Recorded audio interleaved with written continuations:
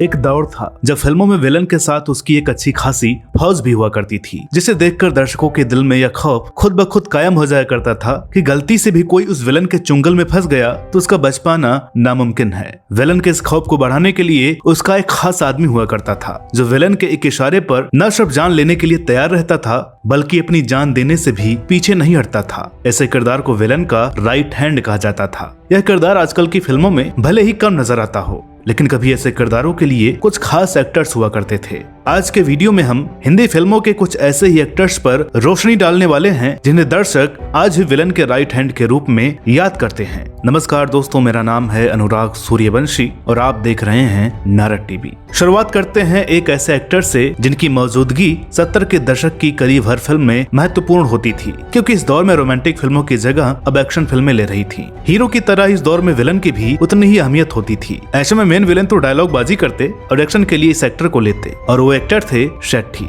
1 जनवरी 1931 को मैंगलोर के तुलु भाषी परिवार में जन्मे शेट्टी का पूरा नाम था मधु बाबू। गरीब परिवार में जन्मे शेट्टी 70 के दशक के पॉपुलर विलन और मशहूर स्टंटमैन कैसे बने, यह कहानी बहुत ही रोचक है। दोस्तों, एमबी शेट्टी की पढ़ाई में कोई दिलचस्पी नहीं थी, जिसकी वजह से उनके पिता ने किशोरावस्था में ही उन्हें मुंबई भेज दिया ताकि यहाँ आकर वो कोई काम सीख लें जिससे उनका गुजारा हो सके। शेट्टी ने मुंबई आकर बहुत संघर्ष किया, यहाँ तक कि मुंबई के एक रेस्टोरेंट में वेटर के तौर पर भी काम किया, जहाँ उन्हें बर्तन भी मांजने पड़ते थे। लेकिन कहते हैं ना, जो जिस काम के लिए बना है वह काम उसे अपनी ओर खींच ही लेता है। कुछ दिनों काम करने के बाद उन्होंने बॉक्सिंग सीखने का मन बना लिया और बॉक्सिंग सीखकर एक के बाद एक कई टूर्नामेंट जीत लिए। तकरीबन 8 सालों तक बॉक्सर के तौर पर काम करने के बाद वे उस दौर के एक्शन मास्टर अजीम के असिस्टेंट बन गए। इस दौरान वे अजीत और प्रदीप कुमार जैसे कई एक्टर्स के बॉडी डबल का भी काम करते। इसके बाद वे फाइट इंस्ट्रक्टर बन गए और फिर एक्शन डायरेक्टर बने और छोटे छोटे रोल भी करने लगे। शुरुआत में तो उन्हें विलन का राइट हैंड ही दिखाया गया, लेकिन धीरे धीरे दर्शकों के दिल में जगह बनाने के साथ ही कहानियों के किरदार में भी उनको जगह मिलने लगी। उन्होंने द ग्रेट गैम्बलर, त्रिशूल, डॉन, कस्मे वादे जैसी दर्जनों फिल्मों में अपनी एक्टिंग का जौहर दिखाया। एक्टिंग के अलावा शेट्टी ने कई फिल्मों में स्टंट कोऑर्डिनेटर,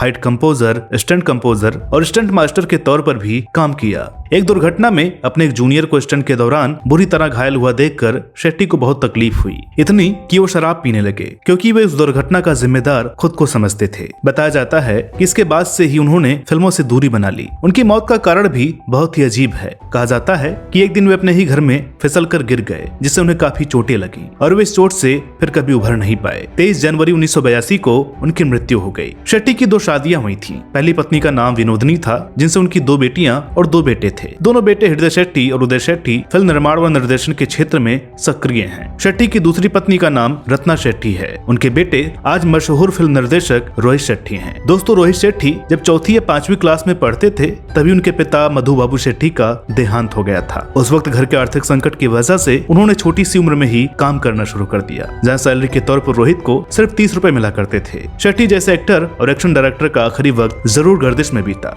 लेकिन आज उनके बेटे रोहित शेट्टी बॉलीवुड के सबसे बड़े डायरेक्टर, प्रोड्यूसर और राइटर्स में से एक माने जाते हैं। इस कड़ी में अगले जो एक्टर हैं वो लंबे चौड़े और काफी हट्टे कट्टे विलेन थे, क्योंकि इस दौर के हीरो भी खूब लंबे हुआ करते थे। ऐसे में उनसे फाइट करने के लिए ये एकदम परफेक्ट थे। इस एक्टर का नाम था माणिक ईरानी। दोस्तों, उनके असल नाम से भले ही आप इन्हें पहचान न पाए, लेकिन चेहरा देखकर तो जरूर याद आ गया होगा, क्योंकि इस दौर में ये बिल्ला के नाम से मशहूर थे। माणिक ने 70 के दशक की फिल्मों के एक्शन दृश्यों में अमिताभ और धर्मेंद्र जैसे एक्टर्स के डुप्लीकेट तक का किरदार भी निभाया था। वर्ष 1974 में आई फिल्म पाप और पुण्य से पर्दे पर शुरुआत करने के बाद माणिक को असल पहचान मिली थी सुभाष घई की फिल्म कालीचरण से। इस फिल्म में माणिक ने गूंगे विलन का रोल प्ले किया था और इसमें अपनी छाप छोड़ने में कामयाब रहे। यह किरदार इतना सफल रहा कि उन्हें बाद में फिल्म मेट्रोलाल में भी गूंगे का ही किरदार मिला। इस दौरान बाद की 2-3 फिल्मों में भी माणिक ने विलन के राइट हैंड के तौर पर महज लड़ने भिड़ने का काम ही किया। ऐसे में दर्शकों को यह लगने लगा कि यह एक्टर असल जिंदगी में भी गूंगा है। माणिक ने विलन के ढेरों किरदार निभाए थे, लेकिन उन्हें खास पहचान मिली फिल्म हीरो से। सुभाष घई की फिल्म हीरो में निभाए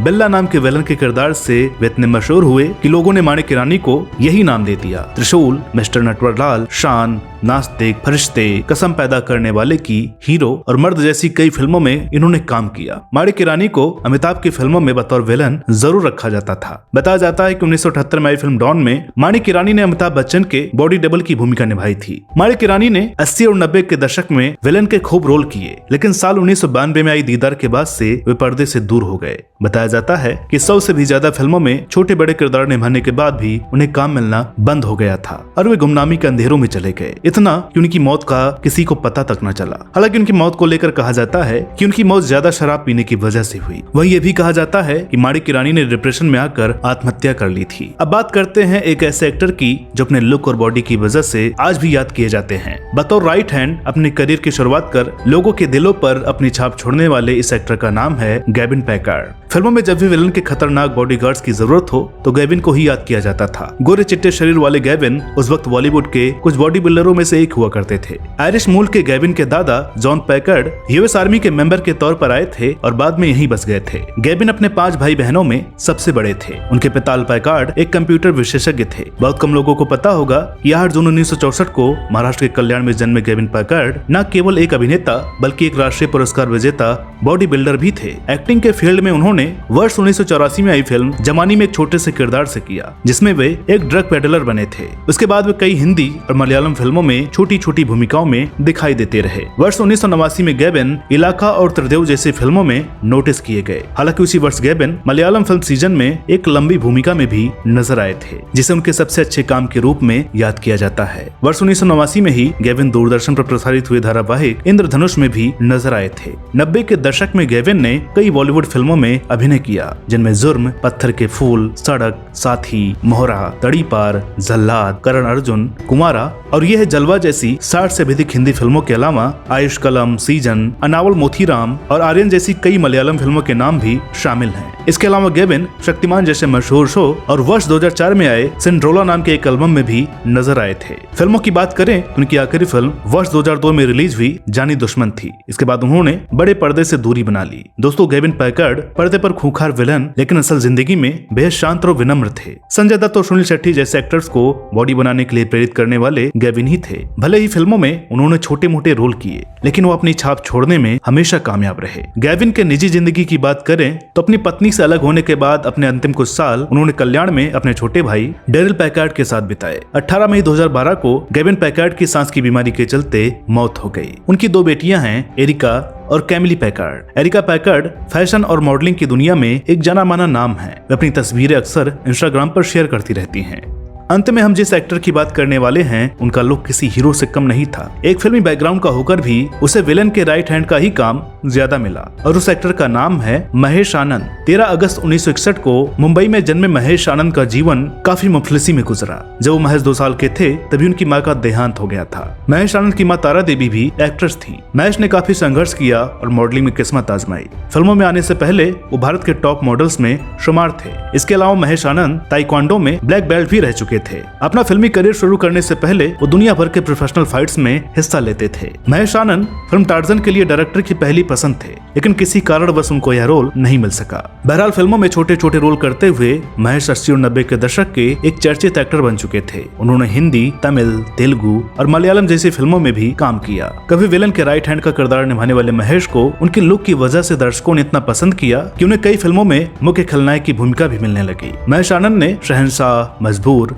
स्वर्ग, थानेदार, विश्वात्मा, गुमराह, खुद्दार, बेताज बादशाह, विजेता और कुरुक्षेत्र जैसी हिट फिल्मों में बेहतरीन अभिनय से पहचान बनाई। महेश आनंद के बारे में बहुत कम लोग ही जानते हैं कि वो एक डांसर भी थे। इसके अलावा महेश एक प्रोड्यूसर भी थे। दोस्तों, महेश अपने निजी जीवन में कुछ ऐसे उलझे कि उन्होंने खुद को शराब में डुबो लिया। बताया जाता है कि लगभग 18 साल से महेश आनंद को फिल्मों में काम न मिलने की वजह से वे डिप्रेशन में चले गए, जिससे उन्हें शराब की लत लग गई। 18 साल बाद उन्हें रंगीला राजा के क्लाइमैक्स में डायरेक्टर पहलाज निलानी ने कुछ मिनट का रोल दिया था। न तो महेश आनंद शराब छोड़ सके और न दोबारा करियर बना सके, और फिर जो हुआ वो दिल दहला देने वाला था। साल 2019 में 9 फरवरी को महेश आनंद अपने घर में मृत पाए गए। पड़ोसियों ने घर के अंदर से बदबू आने की शिकायत पुलिस में की। जब पुलिस दरवाजा तोड़कर घर के अंदर दाखिल हुई तो महेश की डेड बॉडी मिली थी। पोस्टमार्टम से पता चला कि उनका निधन ज्यादा शराब पीने की वजह से हुआ। दोस्तों, आपको यह जानकर ताज्जुब होगा कि महेश आनंद की 5 शादियां हुई थी और उनका एक बेटा भी है। महेश लंबे समय से अकेले रह रहे थे और शराब की लत ने